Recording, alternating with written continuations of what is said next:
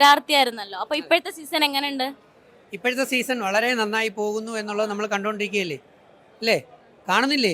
കാണുന്നുണ്ട്. കാരണം എൻ്റെ ജീവശ്വാസം എന്ന് പറയുന്നത് ബിഗ് ബോസ് ആണ്. ഗംഭീരമായിട്ട് തന്നെ പോകുന്നു. എനിക്ക് തോന്നുന്നു തുടക്ക ദിവസം മുതൽ വളരെ എനർജറ്റിക് ആയിട്ട് ആക്റ്റീവായിട്ട് തന്നെയാണ് ഈ ടീം പോയിക്കൊണ്ടിരിക്കുന്നത്.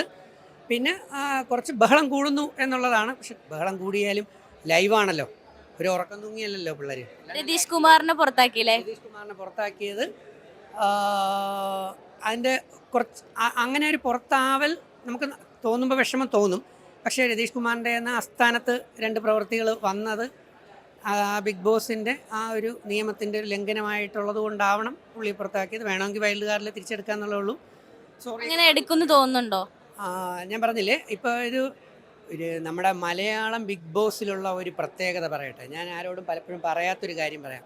നമ്മൾ ഹോളിവുഡ്, ബോളിവുഡ്, ഹിന്ദി ബിഗ് ബോസിൽ അടിയും വഴക്കും എന്താ പറയുക, സംഘടനകളൊക്കെ എന്ന് പറയുന്നത് റിയൽ സിനിമയെ കാണുന്ന രീതിയിൽ ഏറ്റവും ഹൈ ലെവലിലാണ് പോകുന്നത്.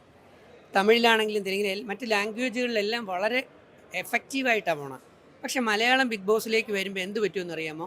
എന്നെ തൊട്ടു, എന്നെ ഞോണ്ടി, എന്നെ അള്ളി, എന്നെ മാന്തിക്കീറി, എന്നെ അങ്ങനെ പറഞ്ഞു, ഇങ്ങനെ ഈ വിക്ടിം കാർഡുകളും പിന്നെ വിമൺ കാർഡുകൾ, ഇങ്ങനെയുള്ള ചില കാർഡുകൾ എടുത്തു വെച്ച് കളിക്കുമ്പോൾ ആ ഗെയിമിന് സുഖം അങ്ങ് പോകും.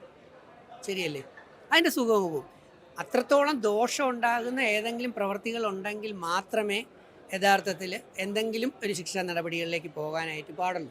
ചെറിയ ചെറിയ വാക്കുകളും അല്ലെങ്കിൽ ചെറിയ ചെറിയ പ്രവൃത്തികളും തൊടുമ്പോഴത്തേക്ക് ഒന്ന് വന്ന് ഉന്തി അല്ലെങ്കിൽ ഒന്ന് ചെസ്റ്റ് കൊണ്ട് തള്ളി, അപ്പോൾ ഉടനെ എന്നെ പീഡിപ്പിച്ചു അല്ലെങ്കിൽ എന്നെ ഫിസിക്കൽ അസാൾട്ട് ചെയ്തു എന്നൊക്കെ പറഞ്ഞ് അതിനെക്കുറിച്ച് അങ്ങോട്ട് ഘോരഘോരമായിട്ട് വരും. അത് മലയാളം ബിഗ് ബോസിൻ്റെ ഒരു ശാപമായിട്ടാണ് എനിക്ക് പലപ്പോഴും തോന്നിയിട്ടുള്ളത്. കാരണം നല്ല രീതിയിൽ ബിഗ് ബോസ് ഷോ കൊണ്ടുപോകാൻ മലയാളത്തിന് പലപ്പോഴും പറ്റാത്തത്, കണ്ടസ്റ്റൻസ് അങ്ങനെ നമ്മളൊരു ഹീറ്റായി വരുമ്പോൾ അല്ലെങ്കിൽ നമ്മളൊരു കാര്യങ്ങൾ പ്രസൻറ്റ് ചെയ്തു വരുമ്പോൾ നമ്മളത് റിയലായിട്ട് ജെനുവിനായിട്ട്, ഇപ്പോൾ റോക്കി അത് ജെനുവിനായിട്ട് തോന്നുമ്പം റോക്കിയെ പ്രൊവോക്കേറ്റ് ചെയ്തതുകൊണ്ട്, അപ്പോൾ ഇന്നലെ കഴിഞ്ഞ ദിവസം നടന്നൊരു സംഭവം എനിക്ക് ഫീൽ ചെയ്തൊരു സംഭവം എന്ന് പറയുന്നത്, വെറുതെ ഇരിക്കുന്ന റോക്കിയെ ഭയങ്കരമായിട്ട് അദ്ദേഹത്തിനെ ഇൻഡയറക്റ്റായിട്ട് അദ്ദേഹത്തെ പീഡിപ്പിക്കുകയാണ്.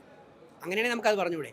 വെർബൽ പീഡനം മാത്രമല്ലല്ലോ, മറ്റ് രണ്ടുപേര് ഇയാളെ ടാർഗറ്റ് ചെയ്തുകൊണ്ട് അവിടെ ഒരുതരം ഹാസ്യാത്മകമായിട്ട് അല്ലെങ്കിൽ ഇദ്ദേഹത്തെ ചൊറിയുമ്പോഴത്തേക്ക് അദ്ദേഹത്തിന് സ്വാഭാവികമായൊരു ആത്മാഭിമാനം ഉണരും. അങ്ങനെ വരുമ്പോഴത്തേക്ക് വന്നിട്ട് എതിരാളിയായ മത്സരാർത്ഥിയെ അടിക്കാനും ഇടിക്കാനും ഒക്കെ പറ്റത്തില്ല. പക്ഷെ നമ്മൾ ബോക്സിംഗ് ചാമ്പ്യൻഷിപ്പ് കണ്ടിട്ടുണ്ട്. മൈക്ക് ടൈസൺ എതിരാളിയുടെ മൂക്കിടിച്ച് പഞ്ചറാക്കുന്നു, ഉടനെ എതിരാളി പരാതി പറഞ്ഞുകൊണ്ട് നടക്കുമോ? എഗ്രിമെൻറ്റുകൾ എഴുതി ചേർത്തിട്ടല്ലേ നമ്മൾ പോകുന്നത്. അപ്പോൾ ഇങ്ങനെയുള്ള ഷോകൾ വരുമ്പോൾ കുറച്ച് വളരെ ചെറിയ രീതിയിലെങ്കിൽ പോലും കുറച്ച് ഫ്രീഡം മത്സരാർത്ഥികൾക്ക് കൊടുത്താൽ മാത്രമേ ഒറിജിനലായിട്ടുള്ള ഒരുപാട് കഴിവുകൾ അവർക്ക് പുറത്തോട്ട് എടുക്കാൻ പറ്റൂ. ഇല്ലെങ്കിൽ എന്ത് പറ്റുമെന്ന് അറിയാമോ?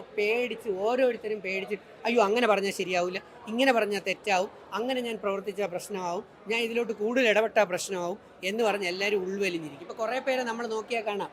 സാറിന് പേഴ്സണലി ആരെങ്കിലും അറിയോ ഇതിനകത്ത് നമ്മൾ കുറച്ച് പേരെ നോക്കിയാൽ, ഏത് ഷോയിൽ നോക്കിയാലും മതി, പ്രത്യേകിച്ച് മലയാളത്തിൽ ഇതിൽ ചിലത് നോക്കിക്കഴിഞ്ഞാൽ നമ്മൾ ഉത്സവത്തിന് നെറ്റിപ്പട്ടം കെട്ടിയ ഗജവീരന്മാരെ അഴകിന് കൊണ്ട് നിർത്തിയിരിക്കുന്ന കണക്കാണ് കുറേ പേരെ കൊണ്ട് നിർത്തിയിരിക്കുന്നത്, അല്ലേ?